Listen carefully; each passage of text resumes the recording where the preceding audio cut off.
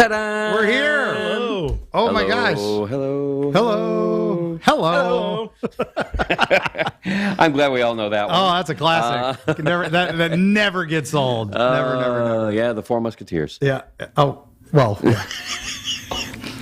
Welcome, everybody, to NerdQuest. Yes. Where nerds quest for nerd stuff. Greetings, Mr. and Mrs. America and all the ships at sea. So, how y'all doing? And that. Wow, what a week. It's been a few weeks, yeah, for me. So. Oh, yeah, you were out for a while, but you're back. I'm back in the land of the living somewhat. Well, you've been off doing shows, and I did a couple. Been busy. I did a couple cons in the middle of it all. They propped me up. They weekended Bernie's me at MegaCon. They weekended Bernie's me at an event. I just did a South Florida vlog with Tampa Jay on YouTube. Ooh. If you guys don't follow him. He's awesome. We went to the Devil's Tree and the Blue Anchor Pub. We did a haunted South Florida tour. It was pretty cool. And that was a lot of fun. But, still recovering from procedure. So, I'm not 100% here, but I'm here for you all. Right there. Just you. Not that guy. You. Right there. Wow. Wow. Now that is dedication. He is here from his sick bed. Yep. Unlike somebody else. He's fine. He drove himself. Sick bed, but we wish him all the best. I don't want him here. Good recovery. Yes, we love Todd, but Todd is making messes right now. Yeah, he is. From the top plague. side. He has the plague, and we don't want that. I survived Concred, but Yep. How was MegaCon? Fan-smegging-tastic. So it was the best year. I think last year they had that cluster on the Saturday of last year. This year they learned from their mistakes, and they did prepaid parking, which $30 a day, I heard. $30 a day, but it was $20 a day last year for everybody anyway. So, but this was prepaid. So if you didn't prepay, you had to park at the Icon or one of the other places and Uber in, which was, they had shuttles going to all the hotels and stuff. So I don't know. I felt bad for the people who drove up and didn't know about the prepaid parking, but it was all over their advertising. Well, I know some lots weren't sold out yet for prepaid. Yeah, exactly. So you could still get in, but it was for the first couple lots. of hours. Yeah, the first two lots. But the year before, vendors or guests, we got stuck in that mess and we couldn't park ourselves, and we're the ones who have to sell you the stuff when you come in. You have to get in before everyone. We have to get in before everybody else, and if the line is 2 miles long and we can't get in, there's a problem. You're going to get in. You're going to get into this amazing con, and nothing's going to be open. So that, I think, was the most brilliant thing that they did. They managed the crowds. They had 150,000 people, I think, is the official count. So that officially beats San Diego. That beats New York, because New York's actually the highest convention at 135 in the U.S. And San Diego's 125. And last year's Mega was at 120. This year, 150. So Mega is now officially the biggest con New York in the better US. Step it up then. So, it's still not the biggest in the world. No, because Japan and Germany both have 300,000 or 400,000. But I think it's funny that New York was the biggest in the U.S. and everybody's like, San Diego Comic-Con is. I'm like, no, it's New York. Orlando, baby, now. San Diego is popular because of all the actors that are always there. Yeah, I mean, and it's, it's right down the street from all the studios, so they bring all the cool stuff. But Mega had game this year, and and Chevy Chase was there. His line was insane. John Cleese was there. Now I have a funny story. I didn't get to see John Cleese. He was the only one I wanted to see out of all the guests. There were a few Henry Winkler, a bunch of others that were fun, but John Cleese was who I wanted to see, and his signing times coincided with a lot of my panels. Yeah, you mentioned that, but your panels were still full. They were packed. Loved those pictures. Oh my gosh, yeah, literally had. I was happy to lines. see that. They had to turn people away. I feel bad for those of you who came to see me and didn't get in. I apologize. Come earlier. I sit next to him every week. Huh? I mean, you only missed a little bit. Charge for what? Cleese was $80. Damn, that's cheap. $80. Millie Bobby Brown from Stranger Things, $200. John Cleese. What about 80. Chevy? Chevy was 100. So did you hear Millie Bobby Brown's engaged? Yeah, heard to that. The son of Bon Jovi, which is crazy. Yeah, but poor Drake. Anyway, so what's funny is as I was sitting here going, man, I'm just not going to get to see John Cleese because on Sunday I was like, I might have a window to go see him, but I didn't want to risk it. And his line was a mile long when I walked by. But I realized I had met Graham Chapman of Monty Python in 1989 or 90 in the before times. Florida State University. And he did a performance, and I went and saw him afterwards. This is the days before cons, basically, and got his autograph, and then he passed away 6 months later. Oof. And then a few years ago, I went and met Terry Jones down at St. Pete, or at Florida SuperCon, and I was like, "Oh, this is great!" And then 2 months later, they announced he had. And he wasn't all there, and that was when they announced he had. Okay, I'm glad you didn't meet Clay. Well, and then he died 6 months after that. So I was like, okay, Stop I can't go meet any more Leave Monty Python people The alone. Muncie curse. Oh. Wow, that'll be part of Erie, Florida 5. I can't be the man who killed Jack Cleese. But Well, I know this is one of our topics was surviving cons. Stay away from Mark at the con. This. So one of the ways rule to number stay away one. from me. Yeah. Well, after we're just saying that he filled his rooms at the cons. No, as far as I know, they're all still alive because they're all listening to Erie Travels. It's a 6-month window. Yeah. So you got like 5 more months. Make the best of it, gang. Yes. Make the best of it. Yes. Congratulations. You're all short timers now. Yeah. Unbelievable. But no, you come down from the cons though. You get that post-con depression. Oh yeah. And it's the adrenaline crash. Exactly. Yeah. There, I had people lined up to see me and get my autographs and buy my books. And then you come here and we treat you like Mark. And, and then afterwards, I'm like, back to reality. And that was reality. You can't say back to reality. That was reality. But also with the cons, a lot of times, that's the only time you see certain people. Oh, yeah. Like when I go to Hallmark, that's the only time I see certain convention goers are at that convention because they fly down from up north to Hallmark only. Yeah, or the vendor friends that you got.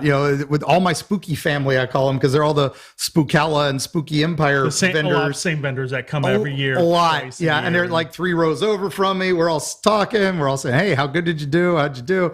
But also, and then there's the fans that come that, follow me from con to con. And that's pretty special. You don't realize that. It's like, wow, this is amazing. And, but then you get out of it and you're just like, meh. It's like it's like wait a minute. I still have to drive. Yeah, I have to drive. I have to drive home or something. Yeah, like after Renfest or spending the day at a theme park and you're there and you're immersed and it's great, and then you have to get on I-4 and drive for an hour and a half in the rain or into the setting sun. Either way, it's I can only imagine it's like that at the Star Wars hotel where you've spent 4 days. Oh my God, can you imagine? At the hotel, or was it 2 days? No, it's 2 days. 2 days but for you're $6,000. Surrounded by cosplay, you're immersed. Star Wars, and all this, and then you got to go out to your car. Then you go back and it's like get in, and there's that coffee stain on the dash. That you meant to clean up. It's but there you have it. Now we actually have some awesome topics this week on the show. As you're aware, we do some highlights. Our first topic, otherwise known as topic number 1, that's our encoded way of if you're keeping track, is DLC. Now that is not to be confused with Run DLC, which was a band, or not the demilitarized zone. Between North Korea and South Korea. No. That's the DMZ.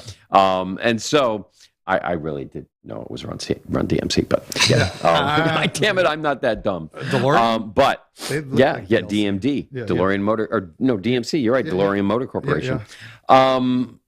DLC. What is DLC, Mr. I put this in the show stuff? Downloadable content. So main thing is downloadable content for video games. Is it killing video games now?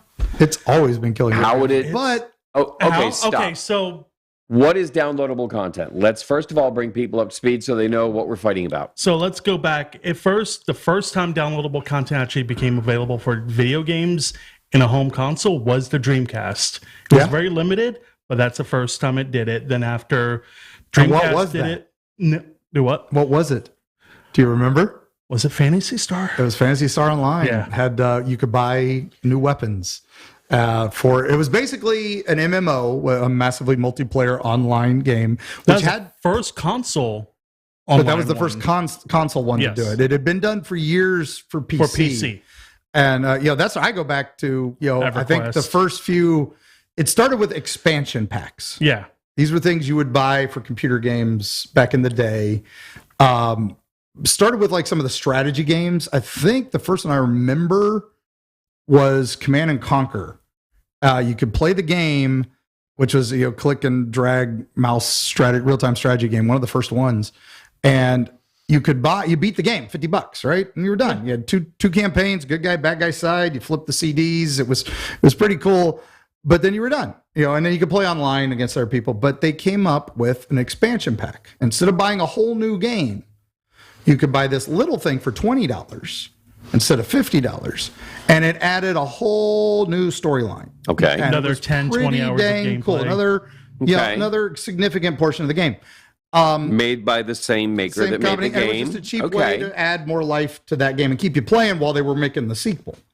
Right, and keep you interested. Exactly. And then a couple years later, the sequel would come out and it would do the same thing. And then they do the same thing and buy the time in between while they're okay. But then it became like, I want to say, what was it? They did that with some of the other online games, but Dreamcast was that first one that started charging for one specific thing. But nowadays with games, you have battle passes and everything. For wrestling game, if you want, buy the SmackDown vs. Raw, whatever it is. If you want, buy the whole pack of new wrestlers, $40. Yes, Call of Duty was the worst offender of this. Yeah. Yes, it was.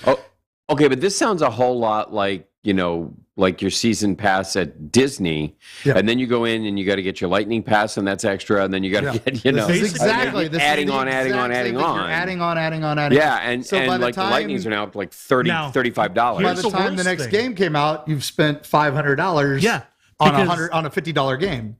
Okay. Because the season packs, 4 DLC packs, after that, season 2 comes out. Yes. Season 3 comes out. And you got to keep buying. And they're all just add-ons to the original game. They're not actually a new game. Not actually a new game. Okay, so explain to me why that model is ruining video games. That I don't understand. So back when Super Nintendo first came out, you paid $50, $60 for the game. That was it. You didn't have to pay anymore. So what? Zelda was like $70. Because it was such a super game. But now video game companies are like, all right, game prices are going $70, $80 now. We're going to give you a video game for $80. It's not completely done yet. You're only going to get a quarter of the game. Wait 2 months, pay another $50 for the next part, pay another $50 for the next part. When you're done, you're paying $250 for one video game. But is it one? Can you play the game when you first buy this for $70 piece? Not all of it, because they're going to add the extra. No. Knowing that it's coming up is not the same thing as saying I can play this game. Okay, and it's a complete game, and I get to the end, and I beat the boss, and I have won. Now, can they add on to that universe? Sure, but does that? I mean, Star Wars, Episode 1 or Episode 4, excuse me. Okay, we all watched it. It was okay. It was a whole movie. We wanted more, but it was a whole movie. It wasn't like they stopped and. This is where the Death Star scene begins. Well, what happens is that it's becomes like okay, well here you've beat the game. You watch Star Wars. Yeah. All right.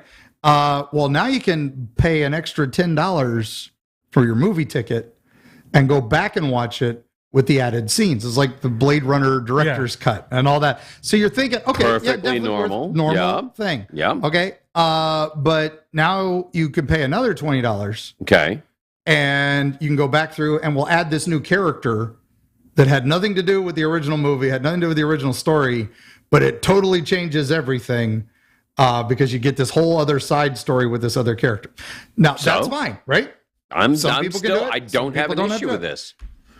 Now you come in to watch the sequel, all right, which is finally coming out. What if you did, but it all ties into that guy you had to pay the extra $30 for, and you're like, what? Who is this? I never saw this. I played this game 5 years ago. I didn't know any of this happened.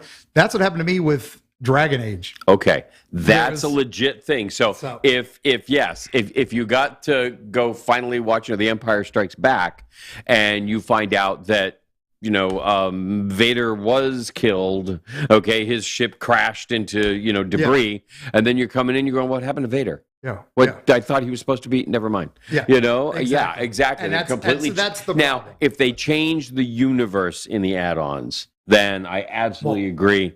That's BS. I'm calling BS on that one. The other thing is now let's say you're playing somebody in chess. Okay. And you bought a chess set, and you guys are playing, but he bought the expansion pack. Yes. And he has pieces that move differently than yours. Yes. That counter things you've done. This is like Magic the Gathering. This is the card game. That's where you go. It's pay to win at that point, pay to which win. Makes it totally the guy who unfair. spent the most has all the extra pieces and can do the extra things. And that's where it becomes a problem, is because it's no longer the kid who is just playing to have fun is getting stomped by the guy. You're not starting with the same 52 cards in your deck. Exactly. There's I mean, if you're playing MTG and you're both starting with the same precons, rock on. Right. Okay, we're both going to start with precons, no add-ons. Okay, that's what we got. Yeah. But if you're going to, start... I don't even understand how the tournaments can work that way, because there are cards out there that are ridiculously expensive. So, and if you've got them, when it comes to tournaments for Magic the Gathering, that's the great thing. Most tournaments, you can only use the last 3 expansion packs that came out. You can't go back to Ravnica from 15 years ago and use those. You can only use the current 3. Which, again, that's so that they can keep selling new cards. But still, that's so they can sell new cards. But when you go to your normal game shop, they got a lot of people to employ. Tournament there that's not official Magic the Gathering. That's then it's where pretty much anything. Win right there. Or if you go to my house and you want to play, we just do proxy decks and it's fine. Whatever. We just print proxies for all the ridiculous I just shred ones. them all because I don't like Magic. But also, no, it's funny because that is exactly the same thing. It's just it's done video games now. So it's more popular in the mobile games. Like you play. It started with Call of Duty. You're buying fancier guns. You're buying. A lot of it was cosmetic in the early days. It was just show off. It was bragging rights. In some games, are still like that. World of Warcraft has the cosmetics. So you can buy mounts pets and things like that aren't gonna help your gameplay. They're just cool. Look, I have a pirate ship I can be a mount on and fly around. Was it Skyrim or was it the one before it that was the Elder Scrolls where you could buy the horse armor? I think that was the big controversial thing where it was like horse armor was $15. Was the thing that added horse armor to your horse to protect your horse while you're riding around. And then they put out this huge tower with a whole storyline and all this other stuff. That was $15. And then there was this other thing that was $15. And this other thing was $15. So it's like they couldn't figure out the balance of, all right, so the horse armor should have been $1. This should have been. So it's the monetization of the intellectual property that's really irking the hell out of players. Yeah. Is that what you're getting at? That's exactly what's becoming the issue. And then the question is, do people get better, more richer worlds as a result of it? Is it a more immersive experience? Are they getting what they pay for? I mean, is Disney a better day because you bought your Lightning Pass? Yeah. But arguably, like Fortnite is a big game that has packs you can buy, and it's skins. Everybody wants to spend $10 on a skin so you can be Captain America in a game, Darth Vader in a game. Okay, but that doesn't change the game. No, luckily Fortnite has it done where it's not affecting the gameplay. You don't pay to win to that. But and so it's a crazy thing.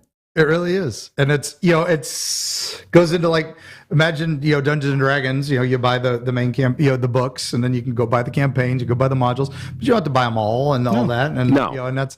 And you can still play. I mean, you don't need them at all. If you're just a normal player to D&D, you just need the player's handbook. It's I just recently bought the Mass Effect Legendary Edition and went through that, which had all the downloadable extra missions. And I realized I had never played any of the extra missions for Mass Effect 3 because I got so burned by Mass Effect 3, I didn't want to. And I finally got to play all of Citadel and the Leviathan and a few other expansions, which were amazing. And I'm like, oh man, I missed out on these. So that was nice. But again, it was 15 years later, and I got to pay $50 for the whole thing where somebody else would have had to have paid $150 to get all these different downloads. You bring up something. So I don't think there really is a resolution here. I think we've got companies that need to employ people and make money and keep expanding. And if they don't expand, then their stock prices collapse. Yep. And you get something like, and you don't get a sequel. You don't get another game. You don't get anything else because they've shrunk. Yep. And that kills a company.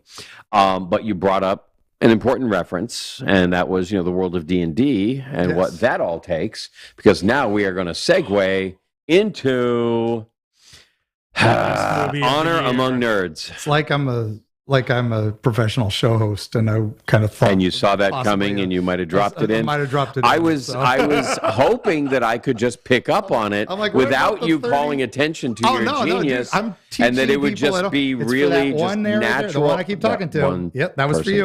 That was for you. You only got 6 months left to live. So yeah. Oh man, what fun! Here's the thing. We're a team of thieves. And when you do this, you're bound to make enemies. Sometimes those enemies come looking for revenge.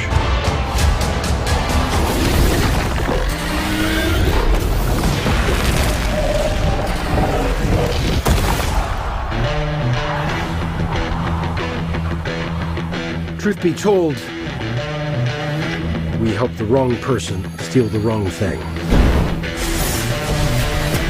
We didn't mean to unleash the greatest evil the world has ever known. But we're gonna fix it. So how do we pull that off? Figure it out over a drink? Probably best. You need to give us a fighting chance. We're gonna need strength. You got this, right? I know you don't. We also need courage, magic, and you.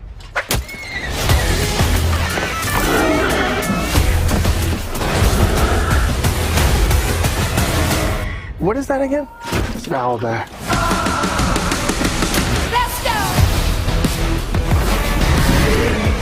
Be warned. There is evil here. I'm glad he's on our side.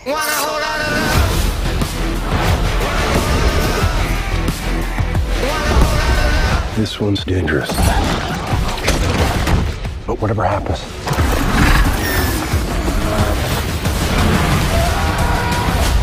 we'll be ready.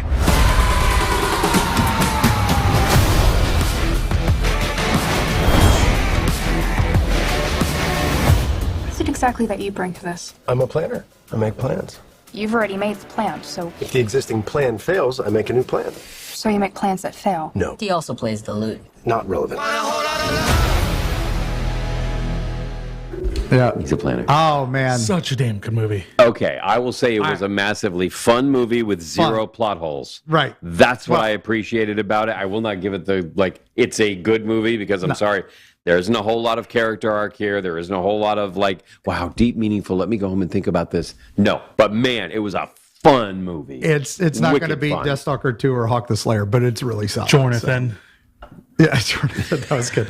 There were so many little fun Easter eggs. Yeah. Oh my God, the Easter eggs. That was were all just fan service, screaming. but it was so What I much love fun. is Jonathan, the Tabaxi. Oh, by the way, you're going to get some spoilers here. Spoiler alert. Spoiler alert! Yeah, so for the Dragon King, a movie you should Jonathan, have seen. Yes. and Tabaxi were all practical. Practical effects, the costumes. fish, a bunch of stuff was all practical. So, and they actually had to cut a couple of cameos because they were going to build puppets and suits. They were doing a turtle. They were going to do a couple other things, and they cut them at the last minute just because it would have been too expensive. It was too expensive. But they didn't have that big of a budget. As big of a budget as it was, As big as they had, but man, did they make it pay? Oh, man. Because Every little there thing. was just so much fun, and so many of the things that you've seen in the preview that you think are spoilers are absolutely not. Nope.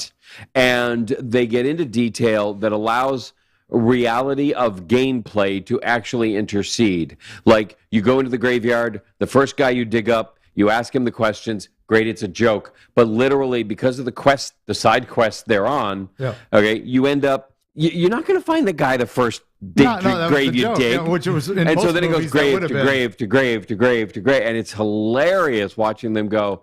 And then, of course, it leads into the app credit. But there was there was a lot of show don't tell, which was good. Because Yes. even though it is a lot of exposition, they did it through really clever flashback things Yes. because he's a bard, so he's not a a solid narrator. So that was really well done. The bits with that and even that part which we just saw in the preview there, where he's using his bard powers to apparently charm the guards, and that's what happens when you roll a D1, and that's what happens when there were botches, there were when you crit critical hits, fail. there were- Okay. Oh, and that was just it. You could see in so many of the scenes where you had someone like going, whoa, where did you get that object? That is a staff of da-da-da-da that does this, that, and the other thing, and it's a hit, and it's like, you rolled a 19 on your Arcana check, didn't you?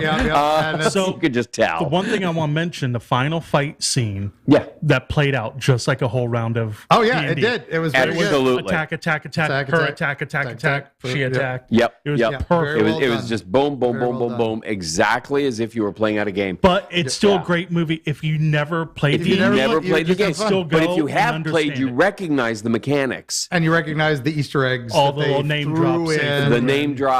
And I mean, my favorite Easter egg was that the people that actually won the big contest thing was the cast from the 80s cartoon. The 80s cartoon, Dungeons and Dragons. And they're there, and there's Bobby, who instead of his, they have to surrender their weapons, but they get them again, and he pulls out a battle axe. So little Bobby has a battle axe. He wasn't really little, his though. sister would never. He also was like big and 50, beefy. where all the others hadn't aged a day. So life in the realms was hard for Bobby. Bobby did some steroids there. And somebody, spoiler alert, at the end, it looks pretty bad for them because they're underneath this cloud of death. Yes. But somebody jokingly said, I guess one of the writers jokingly said, "Oh, Dungeon Master came and teleported them out at the last minute." Of course. That way we could Yoda have showed Peter up. Cullen be Venger in the sequel. Venger. So, Thank you. I could not that. remember his That would've been name. great. And so someone I was with did ask, any chance that horn was actually come off Avenger? Oh yeah, that would have been. But I thought Venger's horn was black, It was, and that it horn was, was yeah, red. yeah. So that That's was my actual thought. horn in the game. That too. has actually Zastam holy relic there. But what was I think some of the bits, like my favorite little throwaway bit was the stupid little rust monsters fighting over an iron lock that's just kind of off on a camera's side thing. So the scene in the castle, that's a castle from Harry Potter. yes.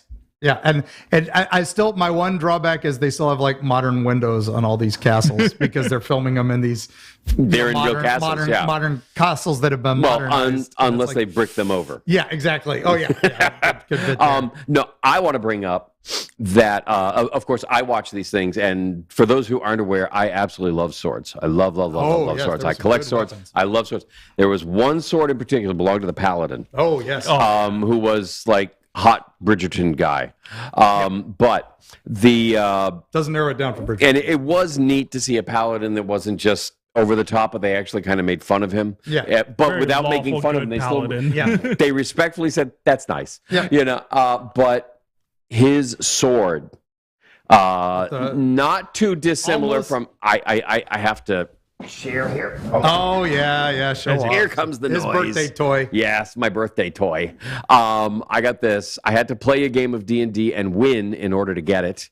And I did. I can't imagine that I would have been allowed to lose, quite frankly. But he had a sword very similar to this, except very cool mechanic on it.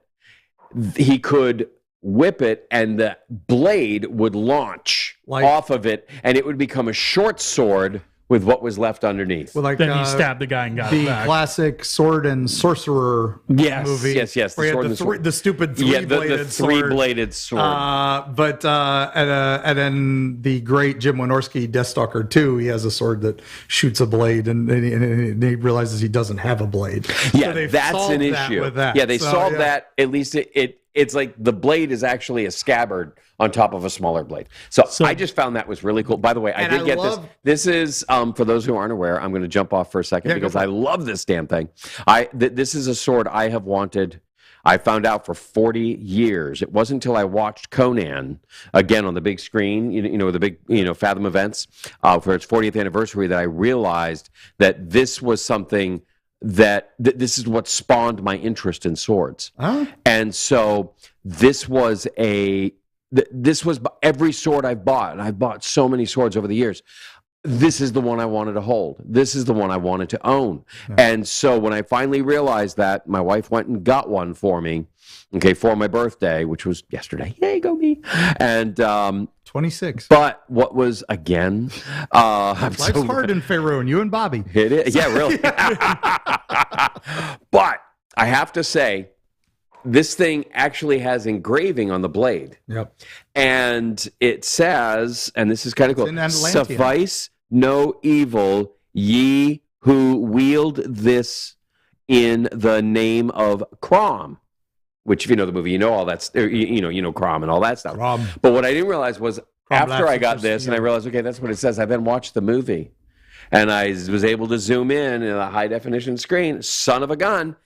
That's the inscription on the actual sword in the movie, and it's actually in English. Yeah. So it It's just written looks like like a runic, Latin. wild stuff, but it's actually in English. So I just had to do a major call out on that to actually finally have this in my hand. It is the last sword I'll ever buy. That's nice. I loved in the Dungeons and Dragons movie where he does the smite. Yes. He enchants it with smite. Yes. which was great. A paladin. So lead. what I mean, about the it's 2 cameos in the movie? Okay. all right? Go for it. Bradley Cooper. Okay. quick Who was cameo. he? Who was he? He was Michelle Rodriguez's husband. Husband. Oh, that's right. The Tiny, halfling. tiny, The halfling. Yeah. Okay. Yeah. All right. That was a I cute thought little he looked cameo. familiar. Yep. Then Right, thank you Rocket for that. Raccoon again. So Singer from Rage Against the Machine.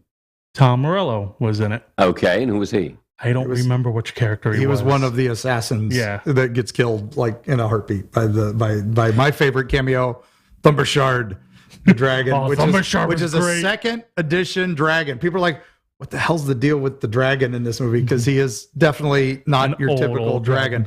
But he was a character. I love that they went into the lore on this because I was like, wow, this is an obscure reference because in the original Forgotten Realms book, he just mentions it in the Underdark. There's this city run by Drugar, which are like the dark dwarves, Right. and they have a pet dragon that keeps their fires As long as stoked, they keep him fed. and they keep him well fed, so he doesn't have to run around. He doesn't Right. have to do anything. Well, he so- doesn't get hungry and eat the people. Yeah, exactly. That's the whole point. So he's a very well kept dragon. Well, they talk about the ruins of this city, and I'm like, are they going there? And that's what they walk by at one point.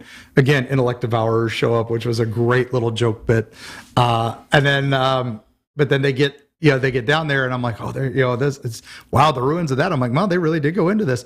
And then he shows up. And it's one of the best jokes in the movie. I don't want to spoil it for you, but it was cool that he's a very well-fed dragon. Yes. Roly-poly dragon. Yeah. And I want that plushie. Things you never thought Oh, you'd yeah, see. that I want plushie. Yeah, I want that plushie now. Yeah, but you have to pay extra for the extra stuff. Yeah, exactly. Yeah. Get the bonus. Well, that was that you could buy the gelatinous cube, which made a cameo in that. Yes. movie. Or you can make your own with Jell-O. But go But ahead. you can buy one, Yeah. and you can put the action figures figures in it, fit but in the it. figures are sold separately, of course. Well, yeah, but then they don't dissolve. Yeah, exactly. That's a shame. Yeah, but it does come with some random bits. Now, the one thing that I caught that I didn't think anybody else had caught, but then I saw in an article somebody had caught it too, how he keeps handing the sorcerer stuff to carry. Oh, yeah. Yes. And it goes in a because bag of holding. He has a bag of He holding. has a bag of holding. And they never made a mention of it No, at all. no, but no, you see but him you just kinda know it's literally there. just throw He's it like, into the bag. here, He's throwing it. I'm trusting you with this very important crown. Yeah. Yeah. Keep it safe. Hey, hold this. And one of my Hold it. favorite wizards of all time from Greyhawk days was mentioned, Mordenkainen. Oh, yeah. Yes. Mordenkainen, but Yep. yeah, it's close enough. That was one of Gary Gygax's original characers, so that was a good throw. No, the And movie then itself. They brought in Elminster, which was Ed Greenwood's character, who was the guy who basically created the Forgotten Realms. So they tied them both in. But I noticed nowhere in the credits were any of them mentioned. None of the writers were mentioned. So, but what happens is eventually Bill Kane, gave Bob Kane gave Bill Finger credit for Batman. He didn't. DC finally did. Maybe someday we'll get Gary Gygax to get some credit there, and Dave Arneson. And Ed Greenwood. For me, it felt like they took like the 5 best DMs in the country, brought them together, and said, "Tell us the best game situations you had." Yeah. And then we're going to go ahead and we're going to turn them into a story. So luckily, the writers and directors of this were the guys from the community, which Yes. are big they were exactly. D&D fans. They're actual Exactly. D&D fans. Now, which is one of the interesting shows you things- what happens when fans actually get a chance to write their own stuff. What I heard was was that they also the cast Played played the before game, the movie. and they recorded them playing, and that's where some of the dialogue actually comes from. It was worked into the script because they had some of their own, just like impromptu stuff that was Colloquialisms and stuff. better than it worked. And so this thing was so fan generated. It really does go to show the power of what happens when you don't let a studio decide who's going to write it. Yeah. And then they know nothing. or you let the director who's never even read the series, Alfonso Cuarón, and why are they wearing blue jeans? Yeah, no, there was definitely a lot in that. It was well done. Yeah. Here's a question: do you think we should have a sequel? I am all for just more films in spin-offs D&D. of different areas, like Baldur's Gate. You don't need the same fighting party. No. Okay. Dude, I would be cool with a Ravenloft movie, a Dragonlance movie, and all this. It just shows you could have so much more fun with this, and occasionally throw an Easter egg that one of these characters is still alive and traveled to this world. Yeah, I mean, you go into the bar and there's Chris Pine there, playing for drinks. Yeah, he got portaled here by he got here on a Spelljammer ship and got stuck. Do a Captain Kirk joke and you're good. It's fun. We are getting a TV show though. Yeah, they said that's in development. We haven't heard officially much beyond that, but that's like Star Wars announced 12 movies, and now they're down to 3, and now they're down to 2. I hope that this did well enough that we get a series. I understand we're back up to 3 again with the Ray-based movie. Yeah, I hope so. I'm in love with that idea. You and I completely disagree. I still think Ryan Johnson made the best Star Wars movie. I agree. I 2 out of 3 ain't bad. It's democracy. You lose. I wish we could get more, I wish, he finally did something. He made the one mistake. He made something different and everybody hated him for it. And that's what Not everybody. Not everybody. There is a core that absolutely loved that movie. Yep. And loved where it was going. And it's a shame we lost if we're going it. to talk about Star Same Wars, thing here. We're not. Yeah. So we're already off the subject. We're back onto D&D again. No, it's... Got to play catch up, Mike. I think we're done with D&D. I don't know.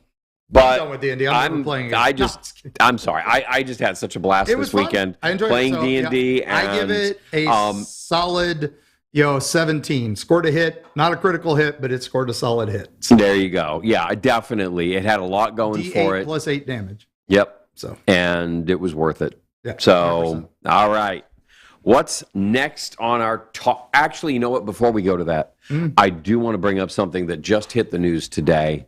And for those of us who know, we know. And that is the passing. And this is kind of weird because I couldn't imagine the guy was still alive. He was 102 years old. 102? 102. Al Jaffe. Al Jaffe. Was Mad Magazine illustrator. He was featured in every issue from except one between 1964 and 1983 or something. Yep. He had just this unbelievable streak of almost 20 years in which he illustrated every single issue. The covers, or at least on a ton. Yep. He did all the whenever it was the celebrity parodies, he was the guy for those. Yep. But most famously was the parody of Playboy, The Centerfold. Yes. He was the guy who came up with the idea of the reverse fold. Yes, the Z fold that you'd fold in the back cover on the inside, and it would make a different image that even the subtitle, the text at the bottom would link together and make a different image with a different... They're actually still related, but it was like a joke and a punchline to the big picture. Well, the first one was the whole bit, just to give you an idea how long ago this was, it was a bit about Elizabeth Taylor leaving her husband for Richard Burton. Oh, okay, that one. And Cleopatra. And so it was her and Richard Burton on the sides, and when you folded it together, they were kissing. Yeah. So and it cut out the guys in the middle and everything. I mean, I wonder if he was actually inspired by the Land O'Lakes, Indian woman where you folded them upright and you got boobies. And I knew John would like that comment. And so that is that's just something that we have to do a call out to. He wrote all of the Snappy Answers to Stupid Questions books. Those were great. I had 3 of those when I was growing up because my brother collected all the Mad Magazine stuff. He's 5 years older than I am. And so he had all of it in the house. We had posters on the wall. We had, to this day, I still hear things and I can't help but quote the damn poster. Him and Sergio Aragonés, who did all the little stuff in the sidelines. He did the stuff on the sides. I was wondering who did two of those worked together, and they both worked together on a game show called Press Your Luck. And they created the little whammy characters that were little animated characters, and you would do the show. No whammies, stop. And then this little animated whammy thing would come out and blow away your money. Now they did not do Spy versus Spy. They did not. That was not them. The other guy. Yeah, that was. But again, that's all. But I mean, that magazine was just all the best. So groundbreaking in so many ways that it could run right on the edge. He was the creator of Alfred E. Newman. He did it. You know, in a lot of ways, I will say that he probably inspired Weird Al, because they did musical parodies in comic form. Oh, it was definitely incredible. What's his face? The guy who did Hello Mudda, Hello Fada, whose name escapes me now. Hello Mudda, Hello Fada. Yeah, he was one of the first parody musical guys. Yeah, and that's the guy, Alan Sherman. Alan Sherman. Thank you, my brain. But you just Googled it while you weren't looking. I did it in my Google brain chip that they implanted. Yes, that was who inspired Weird Al. So he was inspired by, technically, the Daisy Chain there. And so, I mean, even things like Daisy, there was a spoof of that one.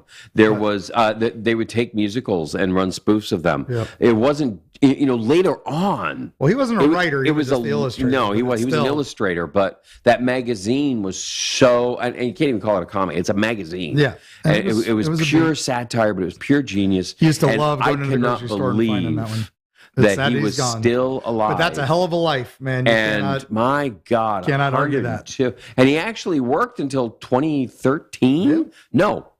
No, he worked until 2 years ago. He illustrated his last one when he was 100. He did his first Comic-Con in like 2016 or something. And it's like, and he had a line so long, but he stayed for every one of them and all that. So at 100. Unbelievable. So, crazy. So, yeah, this was a great loss to the whole world. But we're so glad we had him when we did, and he made a difference in my life. Yep. I learned a lot of snappy answers to stupid questions. And now the next one has been dear and near to me because I have, as I said, I went through a procedure. So what do you do when you're on your butt for a few days? TV shows. You binge. The best ones, though. Right. You binge. Yeah. You got your Netflix, you got your Hulu, you got all the streaming, and you got Area 52 TV.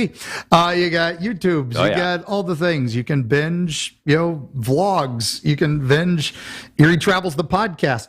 Eerie Travels, the TV show. Shameless plug. But I found myself going back to lesser known stuff that I loved. I started with the classics because Tubi had a lot of the old classics. Yes, they Battlestar Galactica, the OG 78. Yes. I watched Buck Rogers, the 2 seasons of that. I watched, a few classic shows, and then that made me realize there's some other shows out there that I wish were as famous as these shows. I know. I even watched V. The series, not the miniseries. No, the actual series. Yep. And the first one that I just revisited that I'd forgotten all about happened to be on Tubi was Brisco County Jr. County Jr. Bruce Campbell. Great show. I have the poster in my house signed by Bruce, and he says he's only seen that poster in 3 places: his office, Rob Tappert's office, and my house. It's like, and I got it from a Fox TV station that was going up. This was Fox's first show when Fox was the new network. Yep. Well, they did Werewolf, I think, first, but then this was like right at the same. This fall, here she comes. There's a new name for adventure on television. Brisco County Jr. You care to try me? He's all action. You're not an outlaw. No. He's all excitement. And he's about to bust loose into your living room. Welcome to the Wild West Fox style. And now, the series premiere of The Adventures of Brisco County Jr. And this Fox Network was were throwing out the posters, and I happened to catch it, and I was like, "Wow, Bruce Campbell, Evil Dead. I got to see this." And so I watched the show, fell in love with it, and now going back and binging it, I forgot just how great it is. It is really 20 episodes of pure joy and steampunk references. Oh yeah. And it was ahead of the game with serialized, with a villain, that overarching villain for the season, and And it was just well done. And then there was this other show. And it holds up nicely. Oh, holds up. Yeah. Amazing. Bruce Campbell, amazing. Yeah, and Bruce Campbell never ages. Shogun of Harlem there, Julius Carey as his sidekick, Lord Bowler. The one time I saw Bruce Campbell, he was doing his book signing tour. And my son and I were in the back. We were like way in the back, and we got to a little lull in the conversation. And my son and I both together, and we have the same voice, and so we were just able to carry right across the entire auditorium. We just yelled, "We love you" in Darkman. Yes, yes, he loves that. And he just looked, and everybody went silent. He went, "Asshole." Yes, yes. So, he's so great. We love Bruce, and that's just if you want Bruce Campbell Gold, you get that. It's So I watched all the episodes of that, and there's so many great bits in that, and so many great characters. Cool. You'll love it. Yep. And the amazing Dixie Cousins in there. All right. We saw a little taste of her. So then, what else you got? So then after that, I was like, well, I've got to watch my favorite series of all time. I mentioned it on Comic 101 many years ago. Javi Guerrillo McRausch wrote a comic book called The Middleman. And imagine there's a guy who just solves exotic problems. And he's just the middleman. Matt Kessler, Natalie Morales, and it is incredible. He fights comic book villains. He fights, it's basically fighting.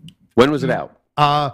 Early 2010, 2011. Okay. But it was only on ABC Family. Shout Factory TV, changing the channel. Thank you for calling A&D Laboratories. I'm connecting your call. Please hold.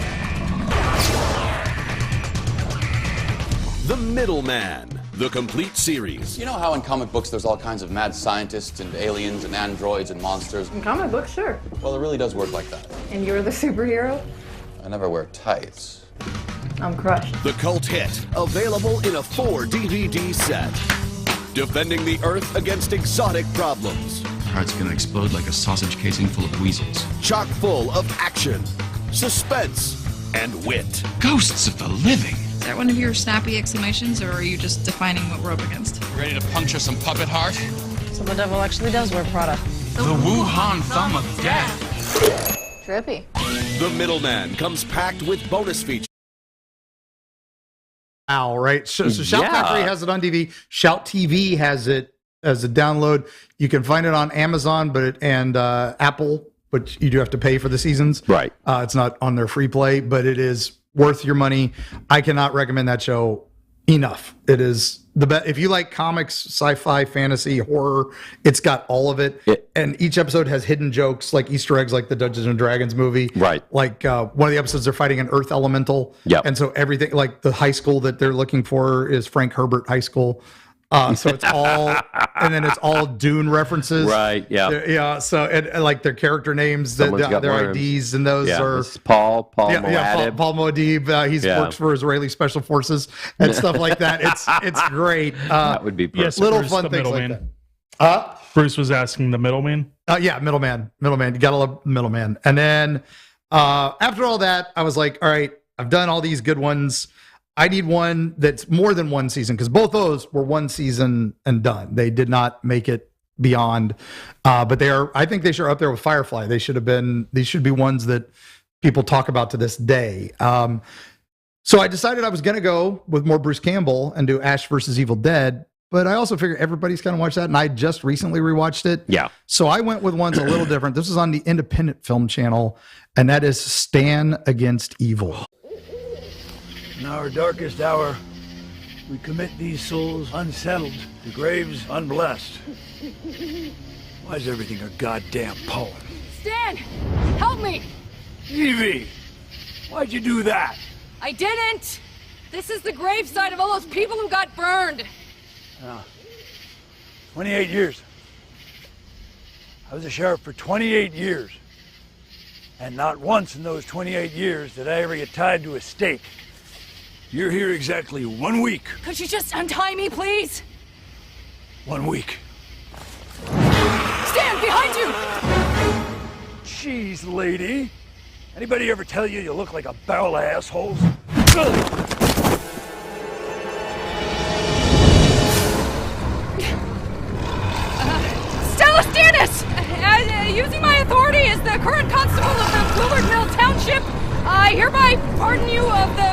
Mr. Witchcraft?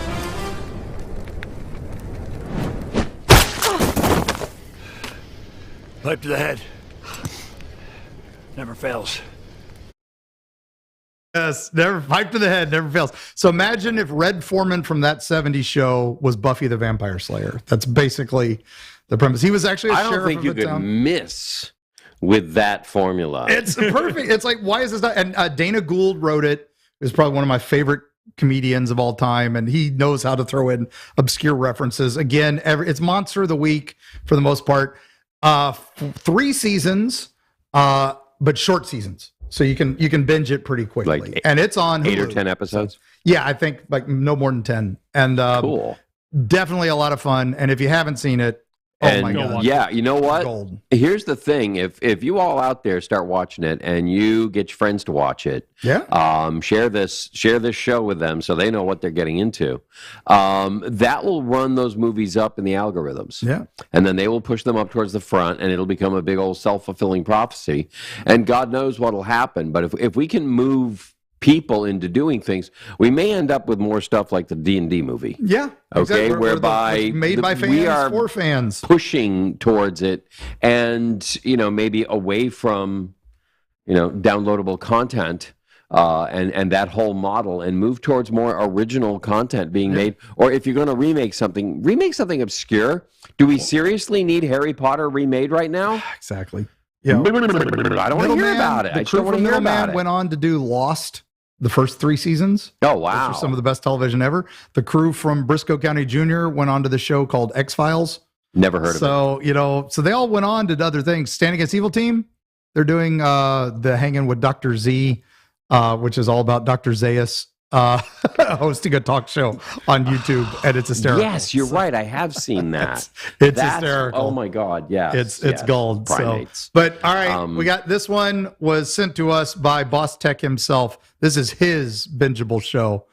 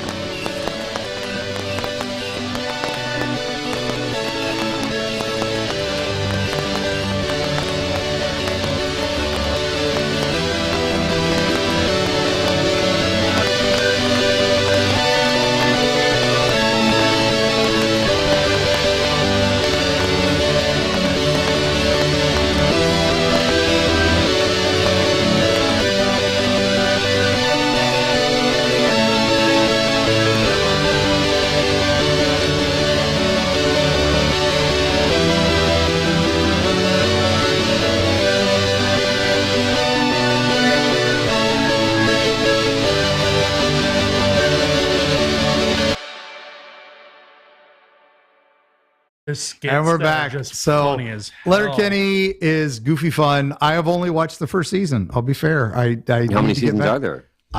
11. Yes. That went for 11 years. Okay. Yep. Did it officially end, or are they still making them? I think they're doing a reunion movie type thing. So it's one of those. I don't know. My daughter watches it galore, so that's like one of her favorites. So very cool. I mean, I actually started watching the Winchesters. The sequels to the sequel series or the prequel series to Supernatural. So season 12 is supposed to start this year. Okay, so they are doing another season. So unbelievable. But man, we're nearing the end. I completely forgot Joel Wynkoop. I apologize. We ran out of time. For those of you, one of our friends of the show, Joel D. Wynkoop, has a great new movie coming out, if it's not out already, called 187 Times, produced completely during lockdown and finally coming out. It's him time traveling. If you don't know Joel D. Wynkoop Productions, pull him up online. It's a lot of fun. WYNKOOP. And you can find his movie online. The trailer's out there. Wish we had time. Sorry. He'll get you be next at time. Tampa Bay Screams this weekend. Yeah, he'll be at so Tampa Bay Screams this weekend. There. Pick up the movie there. I know he has it for sale there. So plus you get some of his old stuff. Get Dakota. That's the one that's the winner. Filmed entirely in Tampa Bay area. But Tampa Bay Screams this weekend. I will be visiting. I'm not going to be. I'm only there one day. Saturday. So. What day are you And going? where's that being held? That is at the Hilton, right downtown? right across the Tampa Bay Bridge from us, right across the Howard Frankenstein. Are you going Saturday? Probably Sunday, because Saturday I got another thing. So, which is why I couldn't set up at Tempe Screams. But we have other events coming up. We'll be at the Great Florida Bigfoot Conference in a couple weeks. Oh yeah, in Ocala. So if you haven't gotten your tickets yet, grab those. I'm part of the Florida Skunk Ape Roundtable. We'll all be there. But if you haven't bought your ticket yet, Bear Geeks and NerdQuest will be there. Get your definitely ticket. be there. You and you. Yeah, all of yous out All of there. you out You there. know who we're You know talking who we're talking to. Yeah, You know get you up wanna there. come. That's in Ocala. That's at the new Equestrian Center. Equestrian Center that where is Spookala just will be a couple months later. So Spookala will be there. in Amazing June. facilities. So yeah, definitely get there, or else I'm going to come out and find you. Yeah. And you wouldn't like me when I'm angry. So two snakes Two like snakes. this. Two snakes like this. Yeah. So there we From go. Lapse Thank of you your all very sword. much for watching NerdQuest TV this week. And we will see you next week. Same nerd time, same nerd channel.